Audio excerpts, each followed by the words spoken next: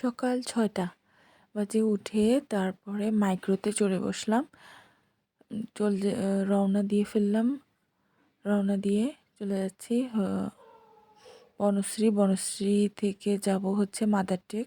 ওখানে ফুপ্পিদেরকে পিক করব। পিক করার পরে আবার আপুকে পিক করে চলে যাব আমার বাবার বাড়ি চাঁদপুর। ডিসেম্বরের এই ছুটিটা আসলে আমরা চাঁদপুরে কাটাতে যাচ্ছিলাম। অনেক অনেক বছর পরে যাচ্ছি, প্রায় 7 ইয়ার হয়ে গিয়েছে। তো এই শীতের সকালটা আসলে ঢাকার মধ্যে একই রকমই, সবাই কর্মব্যস্ত, সব জায়গায় ব্যস্ততা।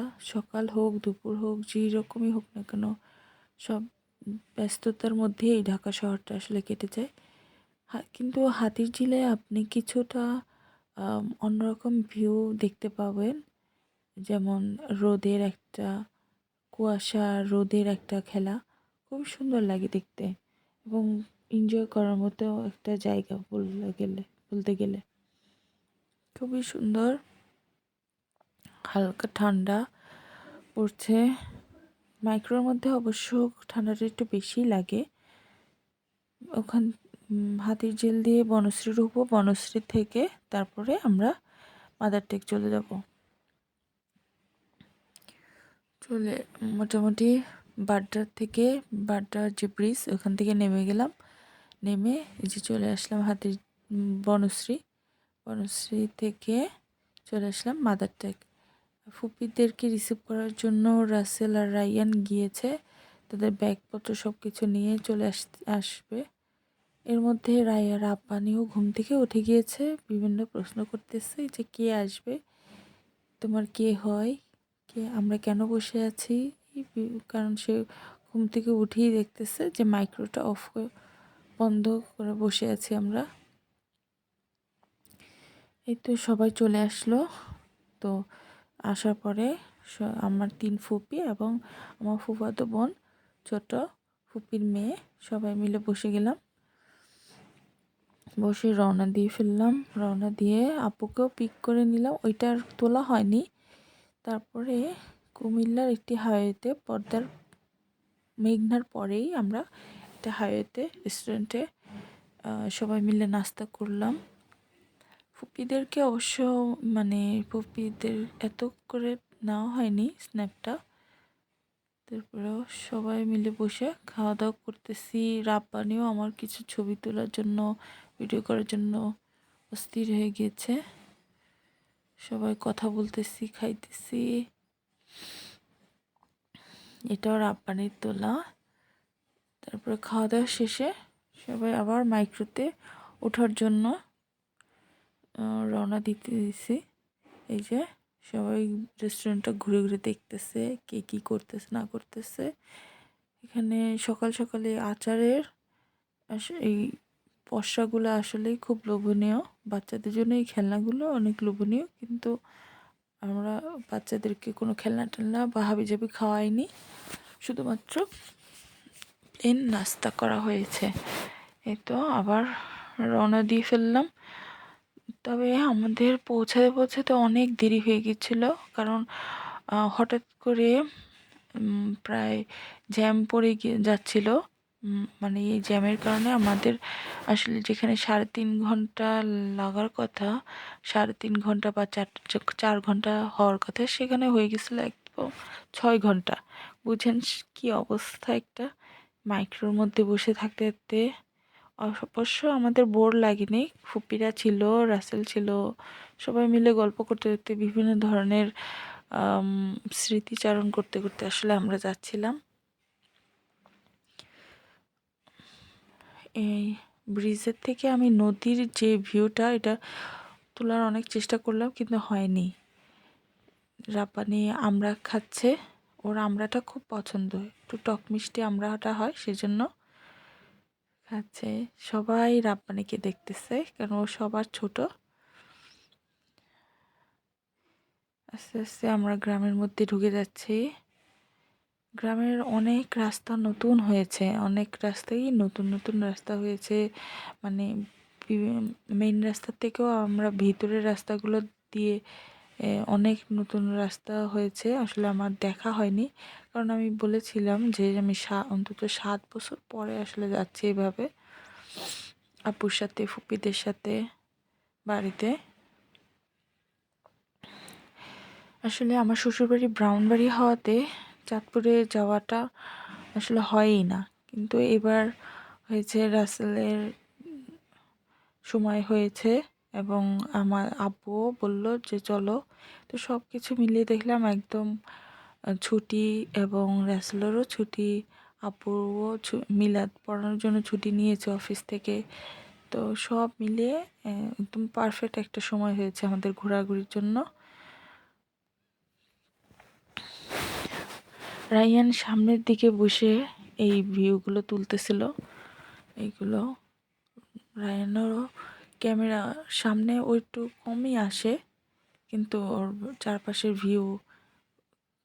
ভিডিও করতে খুব ভালো লাগে। সে আমাকে বলতেছিল এই পাশে আছে, ওই পাশে ভিউ আছে, আম্মু তুলো, দেখবো আমরা এক সময়। এই যে সময়গুলো আসলে ফিরে আসে না সব সময়। এই যে সবার সাথে সময় কাটানো এবং সবাই মিলে এনজয় করাটা, সময়টা আসলে মিল করাটা খুবই কষ্টদায়ক হয়ে যায়, কারণ মানুষ আস্তে আস্তে বড় হতে থাকে এবং তাদের সময়গুলো অন্যদিকে অব্যাহত হতে থাকে। সেজন্য আসলে সবাই মিলে ঘুরতে যাওয়াটা এখনকার সময়ের জন্য খুবই কষ্টদায়ক হয়ে যায়। তারপরে বাচ্চাদের জন্য আমি যথাসাধ্য চেষ্টা করি যে আমার গ্রামটাকে পরিচয় দেওয়ার জন্য চেষ্টা করি। এইসব এইসব কথা চিন্তা করি আসলে এই ঠান্ডার মধ্যেও আমি চলে আসলাম। তবে বাড়ির দিকে দেখলাম এতটা ঠান্ডাও নাই। 10টার পর থেকে রোদ আস্তে আস্তে উঠতে থাকে এবং গরমও লাগে। তো এই যে মানে বাড়ির ভিতরে যে রাস্তাগুলো নতুন নতুন তৈরি হয়েছে ওগুলো আসলে অনেক সরু। যদি মাইক্রো যায় তাহলে অন্য কোনো রিক্সা বা সাইকেলও এটার পাশ দিয়ে যাওয়াটা খুব কষ্ট হয়ে যায়। দেখতে পাচ্ছেন খুবই সরু রাস্তা, কিন্তু ভিতর দিয়ে যাওয়াটার অর্থ হচ্ছে যে এখানে সামনে আমার ফুপির শ্বশুরবাড়ি আছে, ওখানে আমার ফুপি নামবে। সেই জন্য আর কি এখান দিয়ে ভিতর দিয়ে যাওয়া, এবং তাড়াতাড়িও হয়, কারণ মেইন রোড দিয়ে যে আসতে গেলে অনেক আর এমনিতেই আমরা অনেক অনেক জ্যামের মধ্যে দিয়ে আসছি। তাই এই জ্যামগুলো এড়ানোর জন্যই আসলে এই ভিতরের রাস্তাগুলো দিয়ে যাওয়া। তারপর হলো আমার ফুপির শ্বশুরবাড়ি, সে নামবে। আমার এক ফুপির হাজব্যান্ড মারা গেছে এবং ওনার কবরটা এখানেই। তো সব কিছু মিলিয়ে আর কি এই সরু রাস্তা দিয়ে মাইক্রোটা যাচ্ছে ধীরে ধীরে করে। তবে আমাদের এখানের রাস্তাগুলো থেকে বাড়িঘর আসলে অনেক উন্নত হয়ে গিয়েছে এবং মসজিদও খুব দেখতে সুন্দর লাগে। আমাদের চাঁদপুরের এদিকে আসলে অনেক মসজিদ, যারা চাঁদপুর ঘুরতে আসছে বা আসবেন তারা দেখবেন প্রচুর মসজিদ আছে। রায়ান, রাব্বানি, ছোট মা, আমি দুজনে মাইক্রোর মধ্যে বসে কথা বলতেছিলাম কিছুক্ষণের জন্য। এই যে আমরা চলে আসলাম আমাদের দাদা বাড়ি। এখন অবশ্য দাদা দাদি কেউ নেই, এখন বলতে গেলে আমাদের বাড়ি। আস্তে আস্তে আমরা চলে এসেছি, এখন মাইক্রোটা থামলে আমরা সবাই আস্তে ধীরে সব মালপত্র, কাপড় চোপড়, খাবার দাবার সব কিছু নিয়ে নামবো। এই যে রাব্বানি আগে আগে আমার, আর আমি অনেকগুলো আমের চারা নিয়ে তারপরে হাঁটতেছি ওর পিছন পিছন। এই যে আমাদের বাড়ির মসজিদ এবং সাথে কবরস্থান। এখানে যে সাদা যেই বাউন্ডারি দেওয়া সাদা, এইটা হচ্ছে আমার দাদা দাদুর, আর তার নিচেই হচ্ছে আমার আম্মুর কবর। আর এখানে এটা হচ্ছে আমার বড় দাদাদের কবর। আর এটা হচ্ছে ছোট্ট একটা মসজিদ, কিন্তু আমাদের খুব ভালো লাগার একটা মসজিদ। আমরা ছোট থেকে এই মসজিদটা দেখে আসতেছি। রাব্বানি দৌড়াচ্ছে আর আমার হাতে কিন্তু অনেকগুলো ব্যাগ, ক্যামেরা যে হাতে সে হাতেও বড় একটা ব্যাগ আছে, এবং আর আরেক পাশে হলো আম গাছের এই চারাগুলো। এই জন্য দেখতেই পাচ্ছেন একটু এলোমেলো করে হাঁটতেছি। ছোটো চাচ্চু আসছে, আয়সা আমাকে আদর করলো, মাথা ধরে দোয়া করলো। সবাই আমাকে চিনে, সবাই দেখে অবাক, এত বছর পরে আসছি। সবাই জিজ্ঞেস করতেছে কেমন আছি, হাতে কি এগুলো, কি করব, নানান ধরনের প্রশ্ন। রাব্বানিও জিজ্ঞেস করতেছে এটা তোমার বাড়ি কোনটা, তোমার বাড়ি কোনটা। সেও খুব আনন্দ নিয়ে হাঁটতেছে।